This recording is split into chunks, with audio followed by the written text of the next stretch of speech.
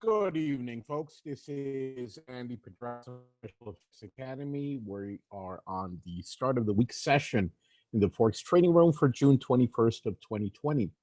We'll be going through our regular agenda. First off, let me wish a happy Father's Day to any fathers out there if you're in a country that celebrates Father's Day today. If not, then carry on.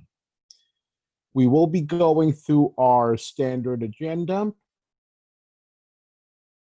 per week results, our currency strength meter, which we actually don't have this week. Looks like the website was having issues when I tried to pull the data.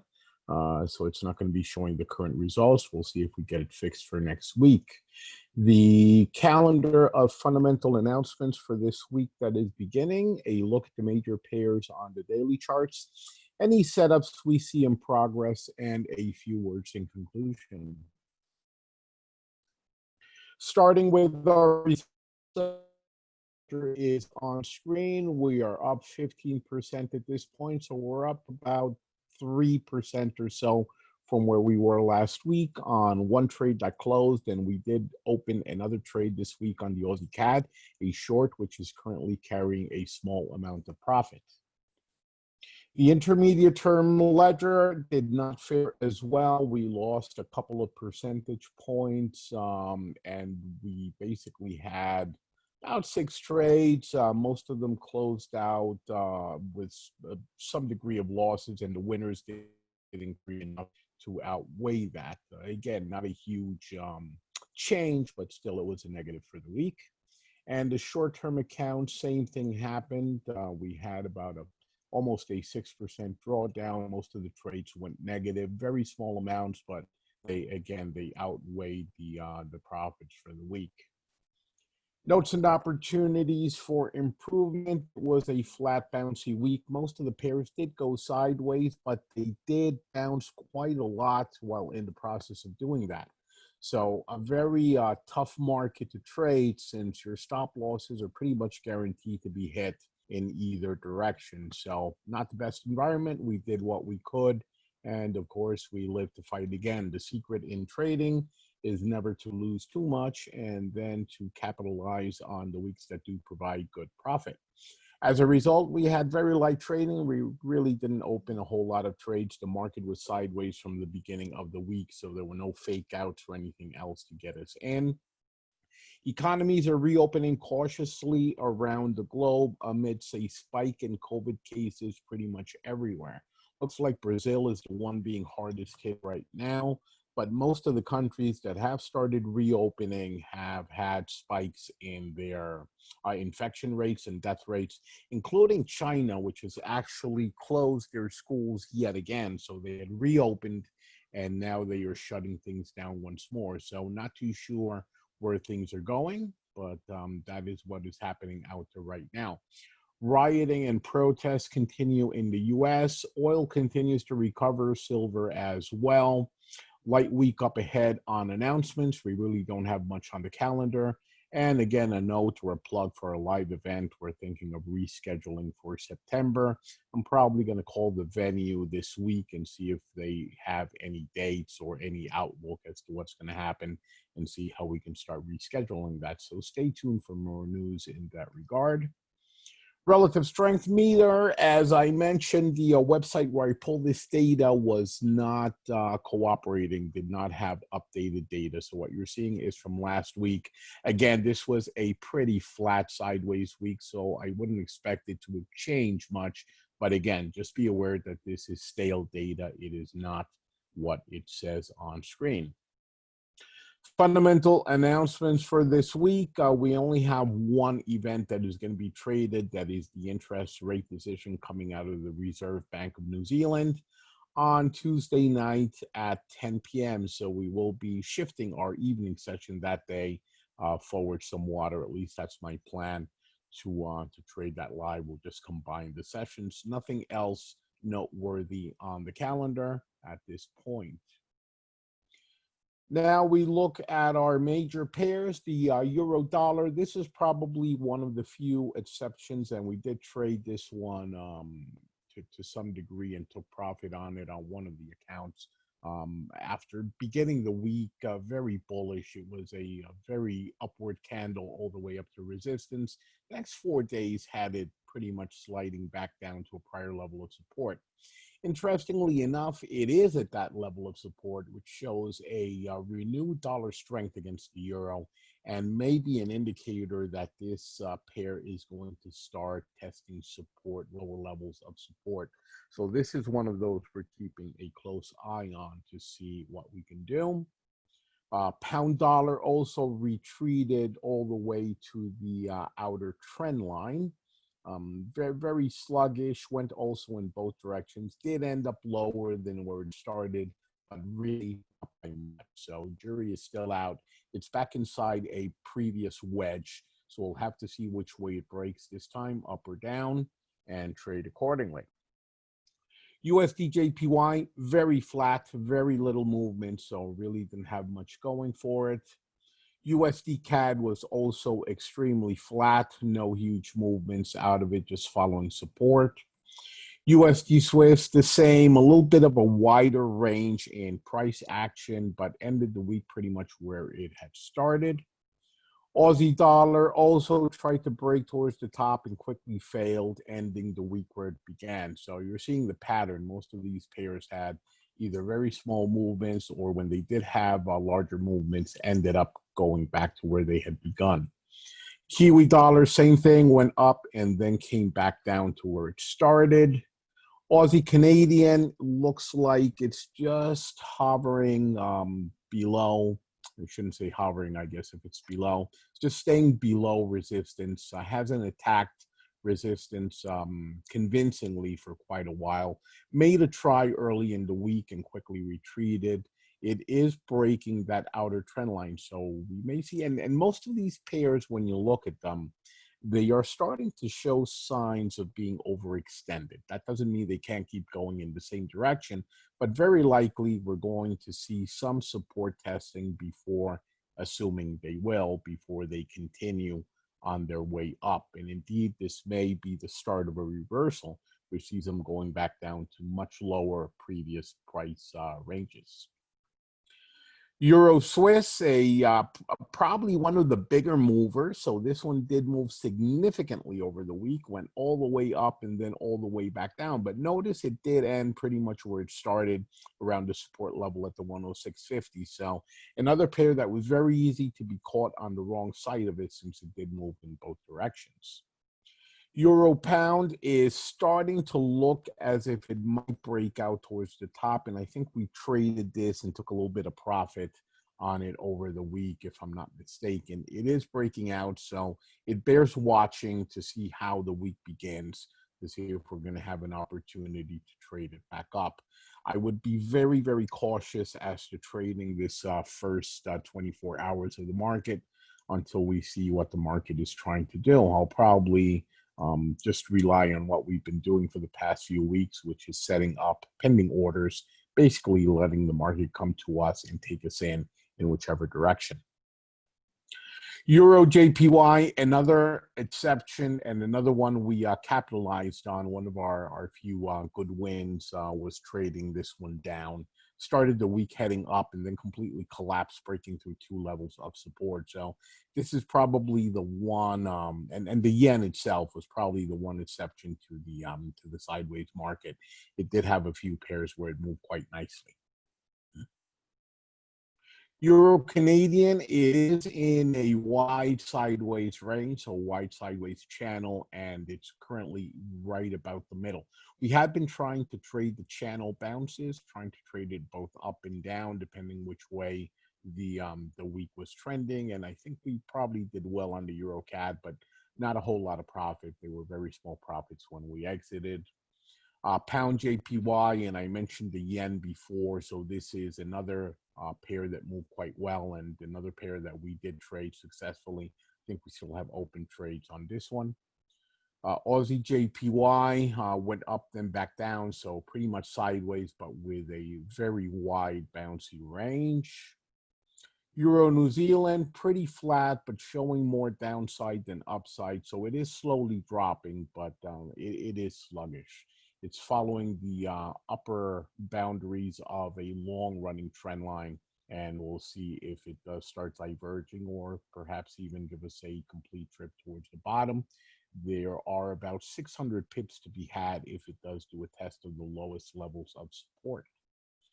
Pound Canadian, nice drop the final 2 days of the week. And this is another one where we traded and made a small amount of profit.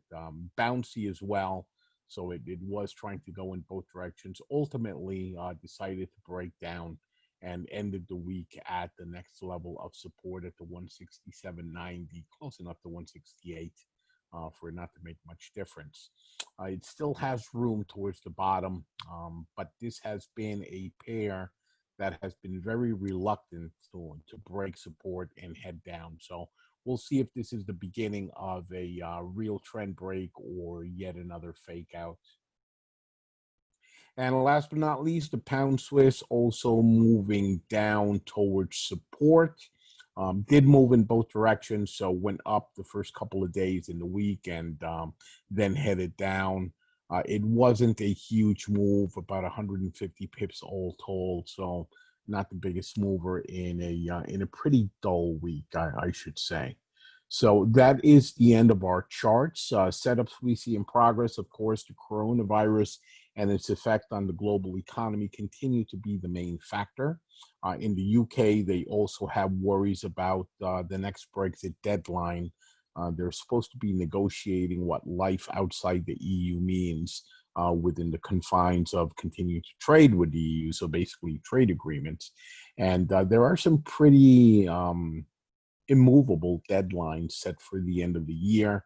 We're now at the halfway point. We're beyond the halfway point, and there has been zero progress. There really has not been anything even discussed, much less determined. So the market is starting to punish the pound as a result of that because there is no clarity as to what this is going to look like come the end of the year.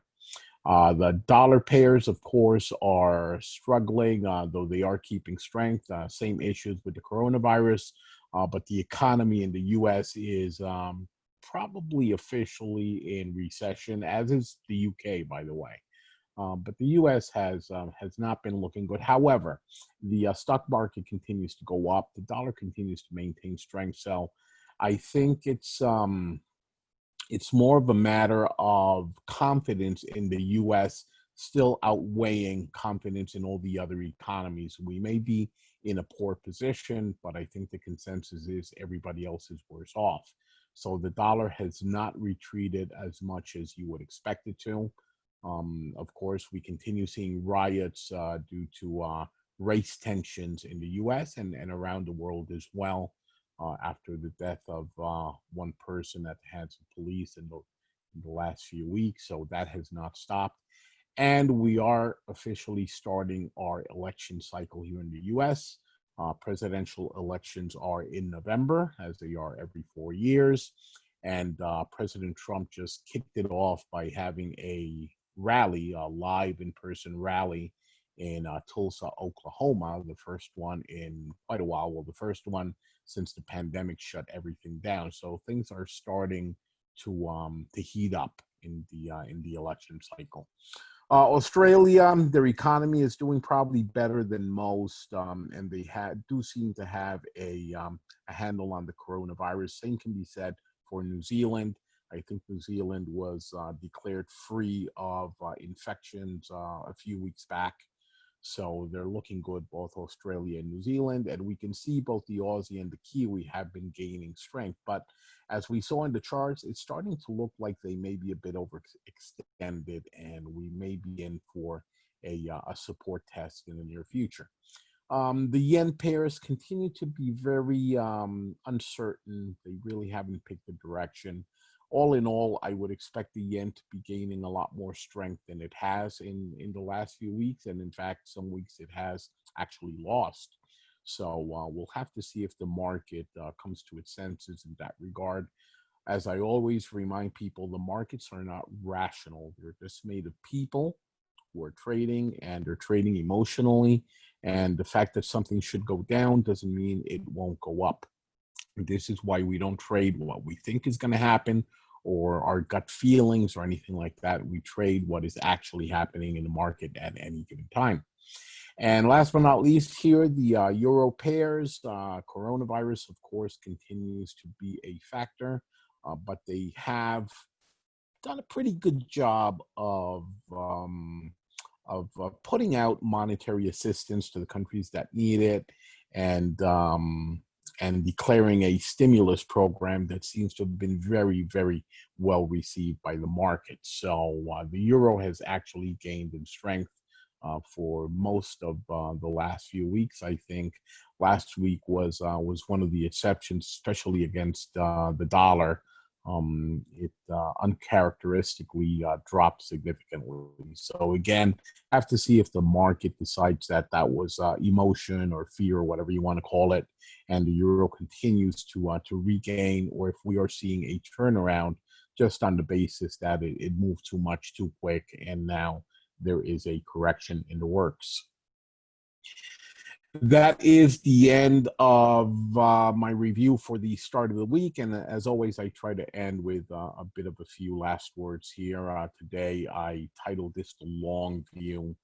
And that is pretty much trying to describe how I do things. I'm not trading what's happening in any given day. Of course, I do trade daily. But I'm trying to look for longer term movements, because that is where the profit that I make comes from. Now, this doesn't mean that you can't make money trading shorter term or scalping the market. You can probably do better than I do. But timeframes do matter, and you need to decide which one you're going to focus on, which will dictate how you should be trading. There's nothing right or wrong with any specific time frame, but if you choose the wrong one based on how you're trading, you're going to have really bad results. You can't be a scalper on a 5-minute chart unless you plan on sitting in front of the computer for hours at a time every day. I refuse to do that. I have better things to do with my time. So I give up the profits that I might be making as a scalper if I considered it a job and just put 8-10 hours a day into doing nothing but. And at the same time, you can't trade the daily chart and then be babysitting it every 5 minutes all day long, because that's not the way it works. In other points here, your stops and your limits are also going to be very, very different depending on your time frame. If I'm scalping the market, I'm 15 or 20 pip stop loss is probably excessive. The way I trade, where I'm trading daily and weekly charts, I may have stop losses 100, 200, 300 pips out, because again, I don't want to be looking at the chart all the time. I just want to let the trade play out on its own while I do whatever it is I'm doing. That's the lesson that took me a long time to learn.